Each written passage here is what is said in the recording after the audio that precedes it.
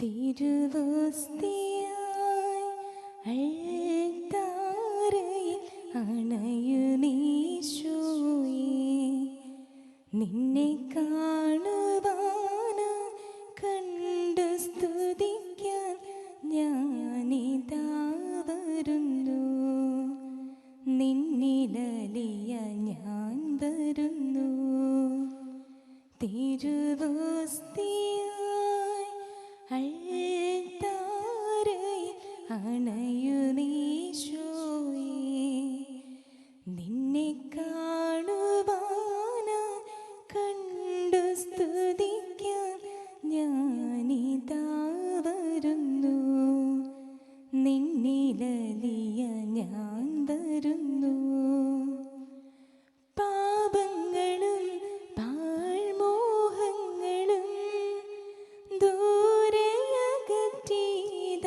വരുന്നു. പാപങ്ങളും പാഴ്മോഹങ്ങളും ദൂരെയകറ്റിയിതാ വരുന്നു. എനിക്കീശോ മതി ഈ അൾത്താരയിൽ, എനിക്കവനെ കാണാൻ കൊതിയാകുന്നു. എനിക്കീശോ മതി ഈ അൾത്താരയിൽ, എനിക്കവനെ കാണാൻ കൊതിയാകുന്നു. തിരുവോസ്തിയായി അൾത്താരയിൽ അണയുന്നീശോയേ, നിന്നെ കാണുവാനായി കണ്ടു സ്തുതിക്കാൻ ഞാനിതാ വരുന്നു. നിന്നിലലിയ ഞാൻ വരുന്നു.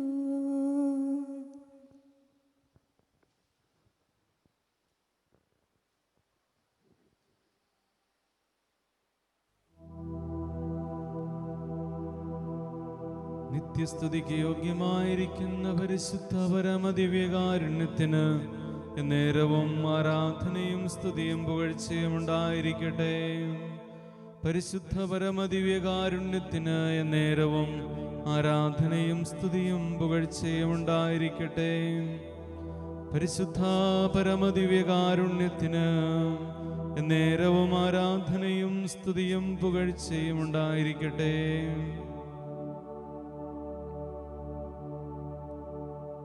വിശുദ്ധ അൽഫോൻസാമ്മയുടെ തിരുനാൾ ഒരുക്കമായുള്ള ദിവ്യകാരുണ്യ ആരാധന 13-ാം ദിവസം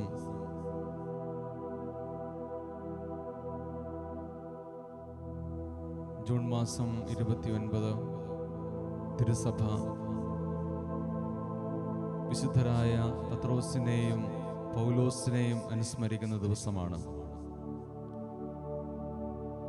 പത്രോസിനും പൗലോസിനും തിരുസഭയിൽ ഉള്ള തുല്യസ്ഥാനം പരിഗണിച്ചുകൊണ്ടാണ് രണ്ടുപേരുടെയും തിരുനാൾ സംയുക്തമായി ആചരിക്കുന്നത്. പത്രോസിൻ്റെ ജീവിതത്തിലൂടെ നമുക്കൊന്ന് യാത്ര ചെയ്ത് ഈശോയുമായിട്ടുള്ള നമ്മുടെ ബന്ധം ഈ ദിവ്യകാരുണ്യ ആരാധനയിൽ നമുക്കൊന്ന് പരിശോധിക്കാം.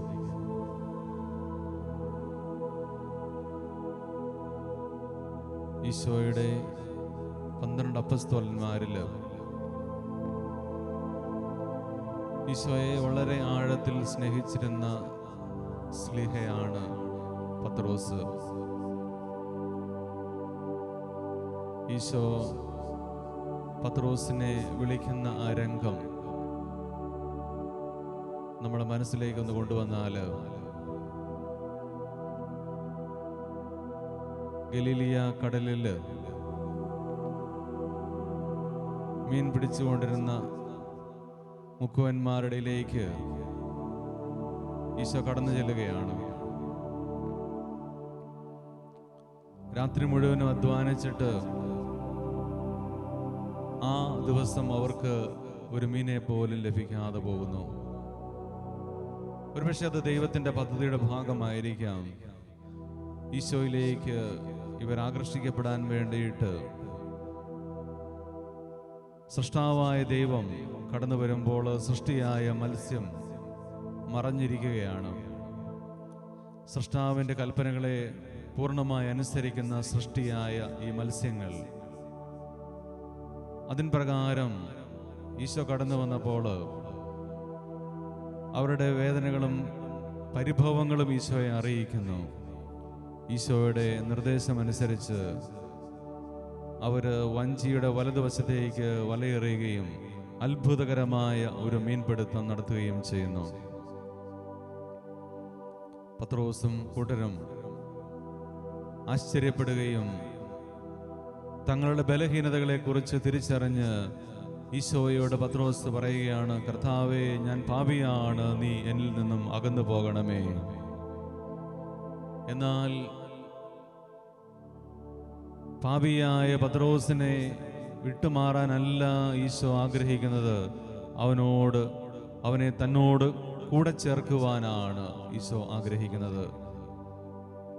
ഈശോ പത്രോസിനോട് പറഞ്ഞു, ഇന്നു മുതൽ നീ മനുഷ്യരെ പിടിക്കുന്നവരാകും.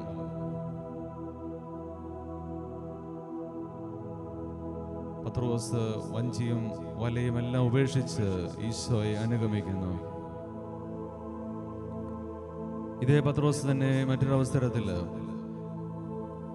ഈശോ തടാകത്തിന് മീതെ നടന്നു വന്നപ്പോൾ പത്രോസിനും വലിയൊരാഗ്രഹം, ഈശോയെ പോലെ തനിക്കും ജലത്തിൻ്റെ മീതെ നടന്നു വരണം.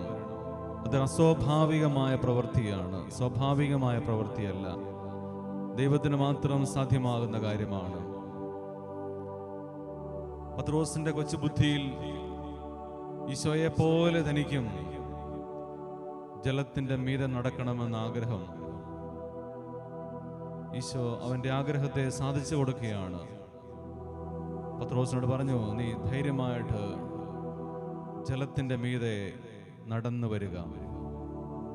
പത്രോസ് ഈശോയെ നോക്കിക്കൊണ്ട് ഒരു കൊച്ചു കുഞ്ഞ് തൻ്റെ അപ്പനെ അമ്മയെ നോക്കുന്നത് പോലെ ഈശോയുടെ കണ്ണുകളിലേക്ക് തന്നെ നോക്കിക്കൊണ്ട് പത്രോസ് ജലത്തിൻ്റെ മീതെ നടന്ന് ഈശോയുടെ അടുക്കിലേക്ക് കടന്നു വരുന്നു. പത്രോസിന് തന്നെ വിശ്വസിക്കാൻ പറ്റുന്നില്ല, ഈ ഒരു സംഭവം എങ്ങനെ സാധിക്കും. അപ്പോഴാണ് തടാകത്തിൽ കൊടുങ്കാറ്റുണ്ടാകുന്നത്. പത്രോസ് ഭയപ്പെടുകയാണ്. അദ്ദേഹം പെട്ടെന്ന് ഭയപ്പെടുകയും സാവകാശം വെള്ളത്തിലേക്ക് താന്നു പോകുന്നു. അപ്പോൾ പത്രോസ് നിലവിളിച്ചു, കർത്താവേ, എന്നെ രക്ഷിക്കണമേ.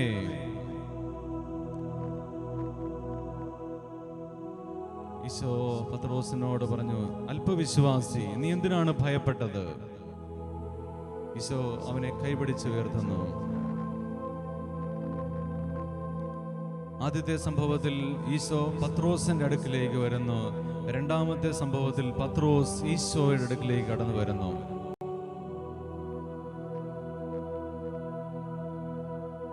ഈ രണ്ട് സംഭവങ്ങളിൽ നാം കാണുന്നത് ഈശോയുടെ വലിയ സ്നേഹവും കരുതലും കരുണയും ഒക്കെയാണ്. നമ്മുടെയൊക്കെ ജീവിതത്തിൽ ഇതുപോലെ തന്നെ ഒരു തിരിച്ചറിവ് ഉണ്ടാകണം. നാം ഒക്കെ പാപികളാണ്, കുറവുള്ളവരാണ്, ബലഹീനരാണ്. പക്ഷേ നമ്മെ സ്നേഹിക്കുന്ന ദൈവം, ആ ദൈവത്തിൻ്റെ അനന്തമായ ശക്തിയിൽ നമുക്ക് ആ ദൈവത്തിൻ്റെ സ്നേഹം നിറയുമ്പോൾ നമ്മുടെ കുറവുകളും ബലഹീനതകളെ എല്ലാം നമുക്ക് അതിജീവിക്കാൻ സാധിക്കും. ഈ ഒരു തിരിച്ചറിവാണ് നമുക്കുണ്ടാകേണ്ടത്. അതാണ് പത്രോസിന്റെ ജീവിതത്തിലും സംഭവിച്ചത്. ഈശോയ്ക്കറിയാം പത്രോസിന് കുറവുകളുണ്ട്, എന്നാൽ തൻ്റെ സ്നേഹം കൊണ്ട് പത്രോസ് നിറയുമ്പോൾ പത്രോസിലെ ബലഹീനതകളെല്ലാം മാറും. നമുക്കും പ്രാർത്ഥിക്കാം, പത്രോസിനെ പോലെ തന്നെ, കർത്താവേ, എനിക്ക് കുറവുകളുണ്ട്, ആ കുറവുകളെയെല്ലാം നീ നിറവാക്കി മാറ്റണമേ എന്ന്.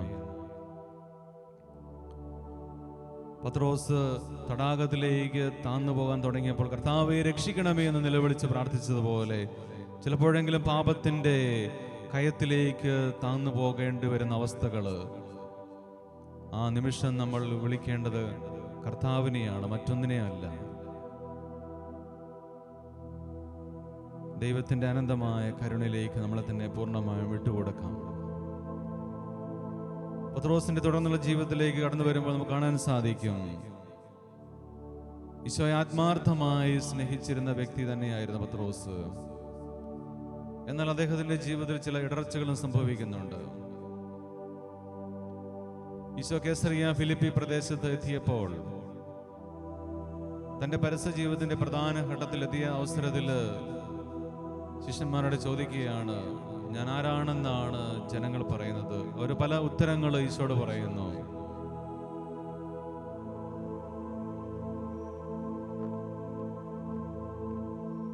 അടുത്ത ചോദ്യം ശിഷ്യന്മാരോടാണ്, 12 പേരോടുമായിട്ട് ചോദിക്കുകയാണ്, ഞാൻ ആരാണെന്നാണ് നിങ്ങൾ പറയുന്നത്? അതൊരു ക്രൂഷ്യലായിട്ടുള്ള ചോദ്യമായിരുന്നു, നിർണായകമായ ചോദ്യം. 12 അപ്പസ്തോലന്മാരുടെയും ജീവിതത്തിലെ വളരെ നിർണായകമായ ചോദ്യം. പക്ഷേ പത്രോസ് ഉടൻ തന്നെ അതിന് മറുപടി കൊടുക്കുന്നു, നീ ജീവനുള്ള ദൈവത്തിന്റെ പുത്രനായ മിശിഹായാണ്. ഈശോയ്ക്ക് മനസ്സിലായി അത് വെറുതെ പറഞ്ഞതല്ല, പരിശുദ്ധാത്മാവ്, പിതാവായ ദൈവത്തിന്റെ ഹിതപ്രകാരം പരിശുദ്ധാത്മാവ് പത്രോസിലൂടെ സംസാരിച്ചതാണ് എന്ന് ഈശോയ്ക്ക് മനസ്സിലായി.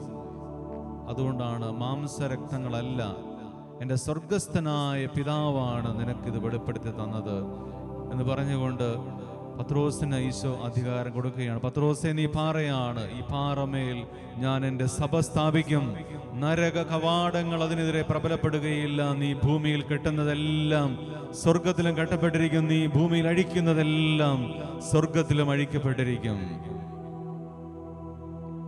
പത്രോസിന് എല്ലാ അധികാരവും നൽകിയപ്പോൾ സഭയ്ക്കുള്ള അധികാരമാണ് അവിടെ ഈശോ നൽകിയത്.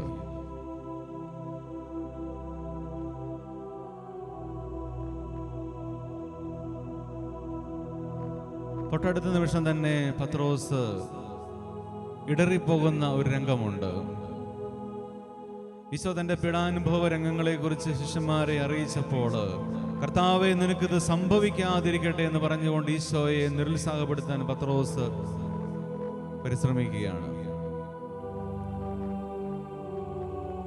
ഈശോ എന്തിനു വേണ്ടിയിട്ടാണ് മനുഷ്യനായി അവതരിച്ചതെന്നും അവിടുന്ന് എന്തിനു വേണ്ടിയിട്ടാണ് പാടുപീഡകൾ ഏറ്റുവാങ്ങേണ്ടി വരുന്നതെന്നും വ്യക്തമായിട്ട് അറിയാമായിരുന്ന ഈശോ അതിലൂടെ മാത്രമേ മനുഷ്യകുലത്തെ തനിക്ക് വീണ്ടെടുക്കാൻ സാധ്യമാവുകയുള്ളൂ തിരിച്ചറിഞ്ഞുകൊണ്ട് മനുഷ്യൻ ചെയ്ത പാപങ്ങൾക്കെല്ലാം പരിഹാരം ദൈവം തന്നെ തൻ്റെ ജീവിതത്തിൽ ഏറ്റെടുത്തുകൊണ്ട് മനുഷ്യന് വേണ്ടി പരിഹാരം ചെയ്യണമെന്നുള്ള നീതി അതിനെ തടസ്സപ്പെടുത്താനായിട്ട് സാത്താനാണ് പരിശ്രമിക്കുന്നത് എന്ന് ഈശോ തിരിച്ചറിഞ്ഞുകൊണ്ടാണ് ഈശോ സാത്താനെ നീ എന്നിൽ അകന്നു പോകാനായിട്ട് പത്രോസിനോട് പറഞ്ഞത്.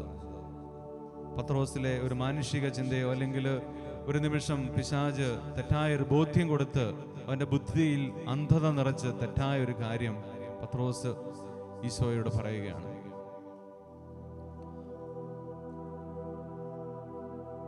ചിലപ്പോഴെങ്കിലും നമുക്കും സംഭവിക്കാം ഇതുപോലെയുള്ള തെറ്റായ ബോധ്യങ്ങൾ.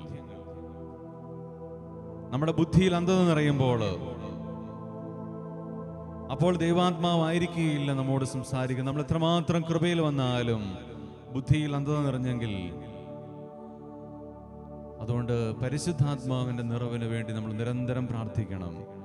ആത്മാവിന്റെ ശക്തിയാൽ നിറഞ്ഞ് പരിശുദ്ധാത്മാവിന്റെ ഹിതമായിരിക്കണം നമ്മളോട് വെളിപ്പെടേണ്ടത്. പത്രോസിന്റെ ജീവിതത്തിൽ പിന്നീട് കാണുന്ന ഓരോ സംഭവങ്ങളും ഈശോയുടെ പീഡാനുഭവ രംഗങ്ങളിലെല്ലാം പത്രോസ് പതറിപ്പോകുന്നുണ്ട്. അതിനു മുൻപ് ഈശോ തൻ്റെ ജീവിതത്തിലെ പ്രധാനപ്പെട്ട 3 സംഭവങ്ങളിൽ പത്രോസിനെയും യാക്കോബിനെയും യോഹന്നാനെയും മാത്രം കൂട്ടിക്കൊണ്ട് ഈശോ പോകുന്ന രംഗങ്ങളുണ്ട്. ബാലികയെ ഉയർപ്പിച്ച അവസരത്തിൽ മരണത്തിൽ നിന്നും അവളെ ജീവനിലേക്ക് കൊണ്ടുവന്ന ആ സംഭവം, പത്രോസിനെയും യാക്കോബിനെയും യോഹന്നാനെയും മാത്രമേ ആ ഒരു സംഭവം കാണാനായിട്ട് ഈശോ അനുവദിക്കുന്നുള്ളൂ.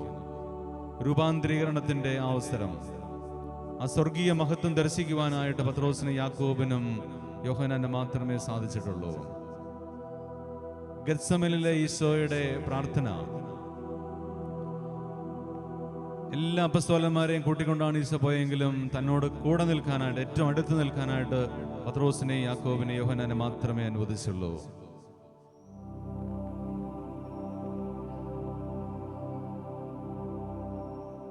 ഈശോയുടെ ഏറ്റവും അടുത്ത് നിൽക്കാനായിട്ട് ഭാഗ്യം ലഭിച്ച പത്രോസിന്റെ ജീവിതത്തിലും ഇടർച്ചകൾ സംഭവിക്കുകയാണ്.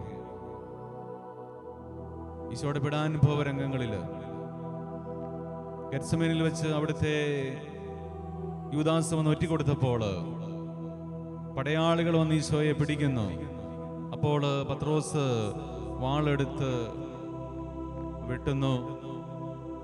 പ്രധാന പുരോഹിതന്റെ ഭൃത്യന്റെ ചെവി ഛേദിക്കപ്പെടുന്നു. ഈശോ പത്രോസിനെ ശാസിക്കുകയാണ്, വാള് അതിൻ്റെ ഉറയിലിടുക, വാളെടുക്കുന്നവൻ വാളാൽ തന്നെ നശിക്കും. ഞാൻ ദൈവത്തോട് ആവശ്യപ്പെട്ടു കഴിഞ്ഞാൽ 12-ലേറെ വ്യൂഹം മാലാഖമാര് വന്ന് ഇവരെ തകർക്കാൻ സാധിക്കും. അപ്പോൾ അങ്ങനെ ചെയ്തു കഴിഞ്ഞാൽ പിതാവിന്റെ ഹിതമല്ല, മറിച്ച് മറ്റൊന്നാണ് അവിടെ സംഭവിക്കുന്നത്. അങ്ങനെ പത്രോസിനെ ഈശോ അവിടെ ശാസിക്കുകയാണ്, തിരുത്തുകയാണ്.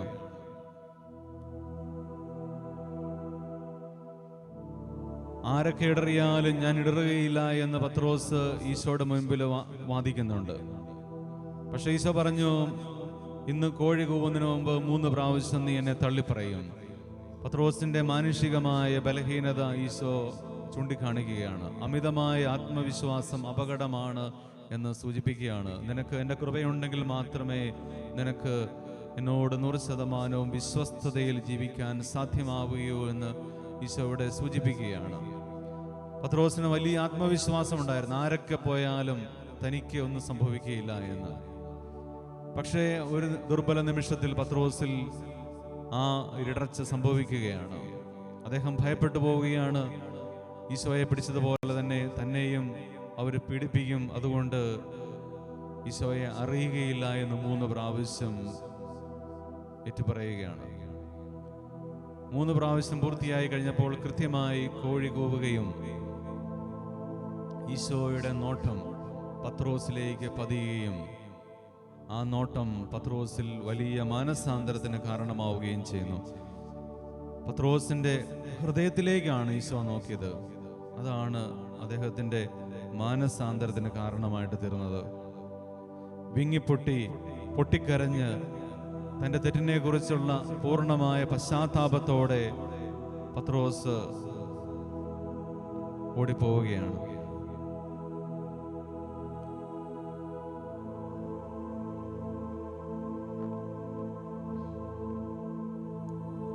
പക്ഷേ ഈശോയുടെ വലിയ സ്നേഹം അവനിലേക്ക് ചൊരിയപ്പെട്ടതുകൊണ്ടാണ് പത്രോസ് മറ്റൊരു സാഹസ പ്രവർത്തനത്തിനും മുതിരാതെ പോയത്. കാരണം തൻ്റെ നാഥനെ, ഗുരുവിനെ ഞാൻ തള്ളിപ്പറഞ്ഞു, ഇനി എനിക്ക് ജീവിക്കാൻ പോലും അർഹതയില്ല എന്ന് വേണമെങ്കിൽ അദ്ദേഹത്തിന് ചിന്തിക്കാമായിരുന്നു.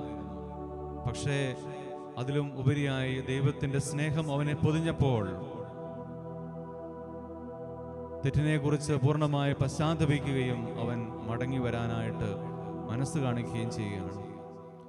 അതുകൊണ്ടാണ് ഉത്ഥാനത്തെക്കുറിച്ച് കേട്ട അവസരത്തിൽ പത്രോസ് മറ്റെല്ലാ ശിഷ്യന്മാരെക്കാൾ ഉപരി ആദ്യം കല്ലറയിലേക്ക് ഓടി ആ ഉത്ഥാന അനുഭവം കണ്ടു മനസ്സിലാക്കാൻ പോകുന്നത്. പിന്നീട് തിബേരിയോസ് കടൽ തീരത്ത് വെച്ച് ശിഷ്യന്മാരെല്ലാവരും പഴയ ജീവിതത്തിലേക്ക് തിരിച്ചു പോകാനുള്ള ഒരു വെമ്പൽ കാണുകയാണ്. ഒത്തിരി പ്രതീക്ഷയോടെ ഈശോയുടെ കൂടെ നടന്ന് ജീവിച്ച് അവസാനം എല്ലാം കൈവിട്ടു പോയ പോലുള്ളൊരു അനുഭവം ഈ 11 അപ്പസ്തോലന്മാരുടെയും ജീവിതത്തിൽ കടന്നു വരികയാണ്. ഉപേക്ഷിച്ച് കളഞ്ഞ ആ പഴയ വഞ്ചിയും വലയും എല്ലാം തിരിച്ചെടുക്കാൻ വേണ്ടി അവർ പരിശ്രമിക്കുകയാണ്. അന്ന് രാത്രി മുഴുവൻ അവർ അധ്വാനിക്കുകയാണ്. അവർക്കൊരു മീനെ പോലും ലഭിക്കാതെ വരുന്ന അവസ്ഥ. 2 ദുഃഖങ്ങളാണ്. ഒന്ന്, മീൻ ലഭിക്കാത്തതിന്റെ വിഷമം, തങ്ങളുടെ ഗുരു നഷ്ടപ്പെട്ടതിന്റെ വിഷമം. മാത്രമല്ല തങ്ങളുടെ നാട്ടുകാരും ബന്ധുക്കാരും കൂട്ടരും എല്ലാം അവരെ പരിഹസിക്കും. അവൻ്റെ കൂടെ പോയിട്ട് എന്തായി, ഞങ്ങളൊക്കെ അന്ന് പറഞ്ഞതല്ലേ പോകരുതെന്ന്. ഇങ്ങനെയുള്ള പരിഹാസങ്ങളും ആക്ഷേപങ്ങളെല്ലാം കേൾക്കേണ്ടി വരുമെന്നുള്ള വേദനകൾ. അങ്ങനെ വേദനയാൽ വീർപ്പുമുട്ടി നിൽക്കുന്ന ആ അവസ്ഥയിലാണ് ഈ അപ്പസ്തോലന്മാര് അവസാനത്തെ അറ്റകൈക്ക് തിബേരിയോസിൽ മീൻ പിടിക്കാൻ പോകുന്നത്. അവിടെയും പരാജയപ്പെടുന്നു. വളരെ നിരാശപ്പെട്ട് ആയിരിക്കുന്ന അവസ്ഥ. അവിടേക്ക് ഈശോ കടന്നു വരികയാണ്. ഉദ്ധിതനായ ഈശോ അവർ മീൻ പിടിച്ചു കൊണ്ടുവരുന്നതിന് മുമ്പ് തന്നെ അവർക്ക് വേണ്ടിയിട്ട് ഈശോ മീൻ ചുട്ട് അപ്പവും കരുതി അവർക്ക് വേണ്ടി കാത്തിരിക്കുന്നു. കുഞ്ഞുങ്ങളെ, നിങ്ങളുടെ പക്കൽ മീൻ വല്ലതുമുണ്ടോ എന്ന് ഈശോ ചോദിക്കുമ്പോൾ ഈശോയാണെന്ന് തിരിച്ചറിയാതെ ഞങ്ങൾക്കൊന്നുമില്ല, ഞങ്ങൾക്കൊന്നും കിട്ടിയില്ല, രാത്രി മുഴുവൻ അധ്വാനിച്ചിട്ട് ഒന്നും കിട്ടിയില്ല. ഈശോ പറഞ്ഞു, വഞ്ചിയുടെ വലതുവശത്തേക്ക് വലയെറിയുക. സമൃദ്ധമായൊരു മീൻപിടുത്തം അവിടെ ആദ്യത്തെ അപ്പസ്തോലന്മാരെ വിളിച്ച ആ അവസരത്തിൽ അതുപോലെ തന്നെയുള്ളൊരു സമൃദ്ധമായ മീൻപിടുത്തം അവിടെ നടക്കുന്നു. അവരുടെ വലകളെല്ലാം നിറഞ്ഞ് സന്തോഷത്തോടെ അവർ മീൻ വലിച്ച് കരയ്ക്ക് കയറ്റുന്നു. അപ്പോൾ അവരെ തിരിച്ചറിയുന്നു അത് ഈശോയായിരുന്നുവെന്ന്. അവർക്ക് വേണ്ടിയിട്ട് അപ്പം മുറിച്ച് മീനും ഭക്ഷിക്കാൻ കൊടുത്ത് തൻ്റെ സ്നേഹം അവർ വീണ്ടും വീണ്ടും ഈശോ അവരുടെ മേൽ ചൊരിയുകയാണ്. നമുക്ക് എത്രമാത്രം ദൈവത്തിൽ നകന്നു പോയാലും ദൈവത്തിൻ്റെ സ്നേഹം നമ്മെ വീണ്ടും വീണ്ടും നമ്മെ മാടി വിളിക്കുന്നു എന്നതിൻ്റെ ഉദാഹരണമാണ് ഈ അപ്പസ്തോലന്മാരുടെ ജീവിതത്തിലെ അനുഭവങ്ങൾ. നമുക്കും ഈ ദിവ്യകാരുണ്യ ആരാധനയിൽ നമുക്കും ഈ അപ്പസ്തോലന്മാരുടെ മനോഭാവത്തോടെ ഈശോയോട് പ്രാർത്ഥിക്കാം. നമ്മുടെ കുറവുകളെല്ലാം ഈശോയ്ക്ക് വിട്ടുകൊടുത്തുകൊണ്ട് അവിടുത്തെ അനന്തമായ സ്നേഹത്തിന് വേണ്ടി നമുക്ക് ആഗ്രഹിക്കാം. ദൈവത്തിൻ്റെ സ്നേഹം നമ്മിലേക്ക് കരകവിഞ്ഞൊഴുകാനായിട്ട് ആ ദൈവത്തിൻ്റെ സ്നേഹം നിറയുമ്പോൾ നമ്മെല്ലാവരും പൂർണ്ണ സംതൃപ്തരാകും. നമ്മുടെ ജീവിതത്തിൻ്റെ എല്ലാ അസ്വസ്ഥതയുടെയും പ്രധാനപ്പെട്ട കാരണം ദൈവത്തിൻ്റെ സ്നേഹം നമ്മിൽ കുടികൊള്ളുന്നില്ല എന്നുള്ളതാണ്. ഇന്ന് മനുഷ്യൻ്റെ എല്ലാ പ്രശ്നങ്ങളുടെയും കാരണം ദൈവത്തിൻ്റെ സ്നേഹം ലഭിക്കാത്തതുകൊണ്ടാണ്.